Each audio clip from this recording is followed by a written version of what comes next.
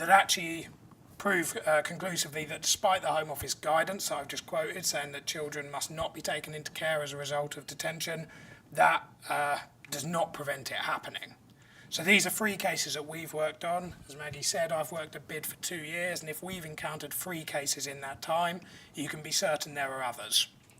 So the first case involved a person who was released on bail and was reporting to the Home Office in compliance with their bail conditions. Upon reporting, the Home Office advised this person that they were going to detain them. This person's partner was actually outside of the UK at the time, and the person in question was the sole carer of their 4 children.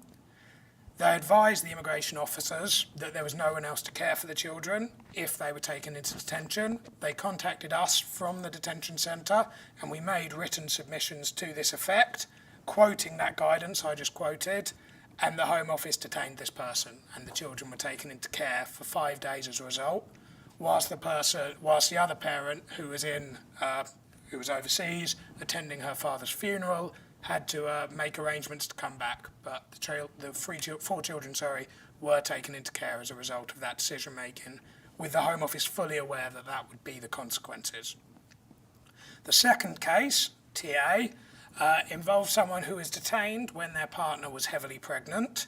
The local authority in this case were involved with the mother-to-be's care because of some issues she faced, and they lobbied extensively with the Home Office prior to the birth of the child for this person to be released.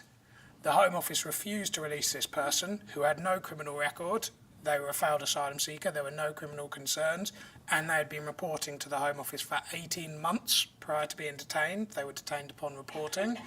And it took 5 months to get that person out of detention, during which the local authority repeatedly pressed the Home Office to release that person. And if the local authority also made submissions to the Home Office that if not released, that child would be put up for adoption because the mother was deemed incapable of caring for the child without the support of the father. And the final case involves another person who was released and was signing on. And during the time signing on, him and his partner got pregnant.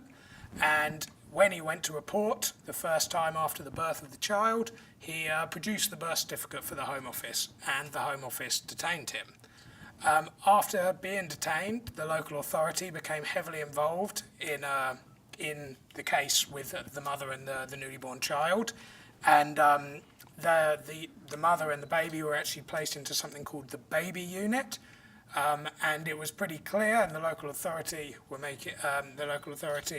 were planning to actually potentially proceed with care proceedings if the father was not in the UK, because the mother again was deemed not capable potentially of looking after this child single-handed. It took 4.5 months to get that person out of detention. So there's just 3 examples that we're aware of where clearly the most serious consequences occur as a result of detention.